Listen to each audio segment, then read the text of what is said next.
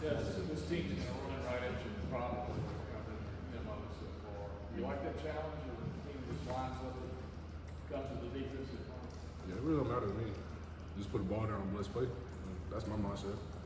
Is that what you're expecting this week? Oh yeah, that's what I'm expecting. The same thing as App State, but a little bit slower. Gene said yesterday that Saturday night was the most complete game you've played since he came here. And he talked a lot about how before he got here, you never had to put your hand on the ground, you were coverage a lot, no hybrid spot. How have you seen yourself grow into what you were the other night, learning something a little bit new the last 2 years under him? So like starting my freshman year, I really didn't know what was going on, dropping the coverage. So that was just like a little stepping stone for me to understand what the people behind me do. And the years with Chiz, it's natural. So I already know what the secondary do. I already know what they fix is. So it just allows me to play a little bit faster. You told us in August that when you missed all that time with the injury, that you got a lot of mental reps. What we've seen the first 2 games, is that a big part of the product of getting those mental reps, that you kind of combine the mind and body now? Yeah, it was basically for the team actually though. See what the team need help with and contribute off that. We were talking to Marcus earlier, and he mentioned that you swing by a bunch of positional drill meetings and things like that. Why do you do that? What's kind of the goal of something like that? Because I came here to create a new standard. So the years before me, the standard it wasn't as part as everybody else know, like Carolina. So me going to like the DBs, the linebackers, rooms and talking to them, it just gave them like the courage, like I'm here for you, like I'm a teammate, and we gotta get it and go, bro. We gotta be on one same page though. So me doing that is allowing everybody to be like, okay, Dad's got our back, and we're on the same page. What were those conversations like? All right, personally, all right, bet.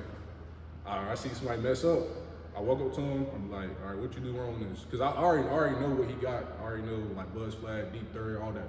So I'll be like, what you do on this one? He'd be like, I took the wrong step. I'm like, all right, you just gotta lock in on that. Make sure you do that. Then get back to my play and go like that.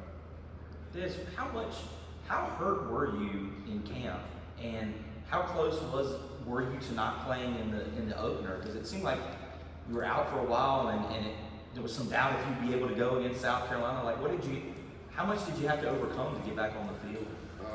Man, I was doing rehab about every day. So I'm waking up at like 5. The team meeting ain't until like 6:30. So I'm getting here at like 5:10, doing some rehab, getting the hydro works, getting the jet, massaging my leg, make sure Luke is massaging me, doing some cups and all that. So it was a lot, but I really want to down myself getting back because I already know I'm about it.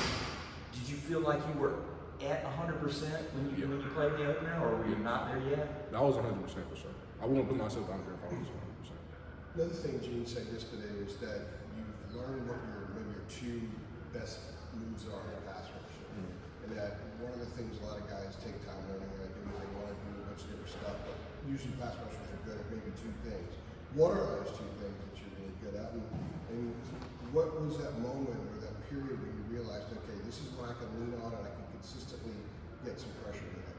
All right, so since high school, I've been trying to get off the ball faster than the tackle. So get off the ball, speed and power. So when I set up the tackle with speed and power, then I can do the in and out, the spins and all that. So I say speed and power. Against South Carolina, you guys were able to stack those around 9 times, and then last week you guys reported 0. How do you plan on getting back to that South Carolina form, or was App just a little bit more physical?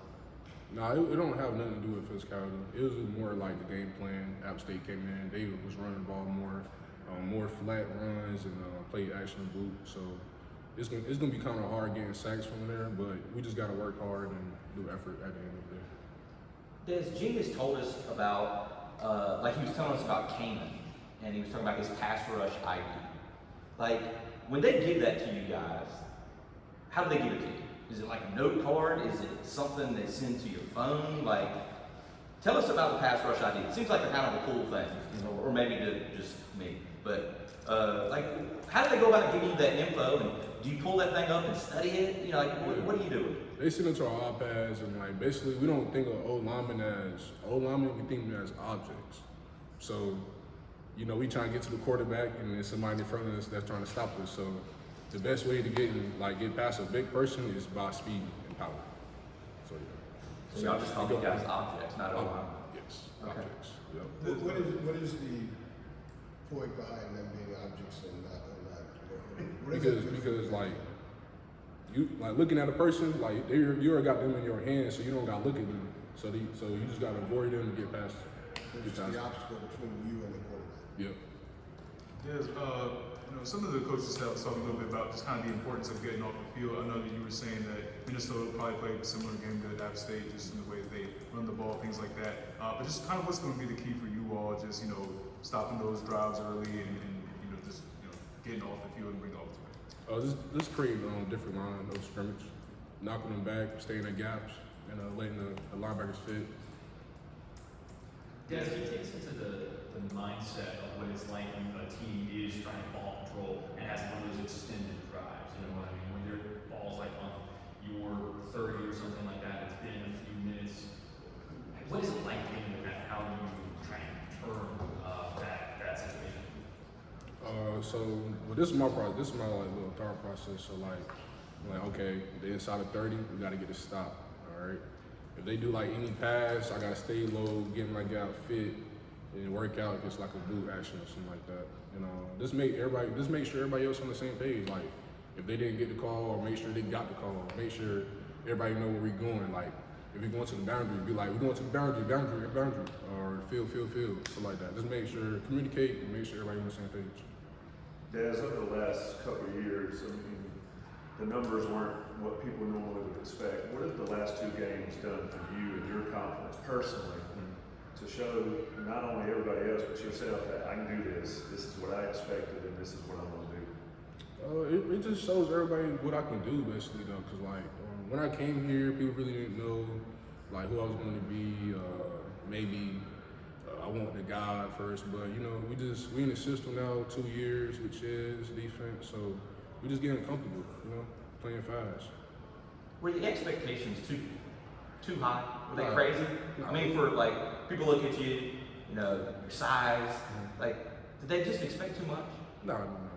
I got a tattoo on my shoulder right here, Luke 12, verse 48, and it basically says, "To whom much is given, much required." So I'm giving everything that God bless me with, so I got to produce at a high level. Ain't nothing wrong with it. It's just the way it is. Is it a relief now that you have the numbers you have? Just kind of, you know, It's a relief. I wouldn't say more as a relief. I say it's about time. Cause I've been doing this my whole entire life. So like it's just natural, basically. You all were able to, as a defense, get that first interception here when Chapman got his. It was Cedric Gray that brought the pressure. Just, you know, kind of, can you talk a little bit about just the dynamic of, you know, that work up front, kind of creating some opportunities like that for the secondary moving forward, just in your guys' effort to kind of force some, create some turnovers?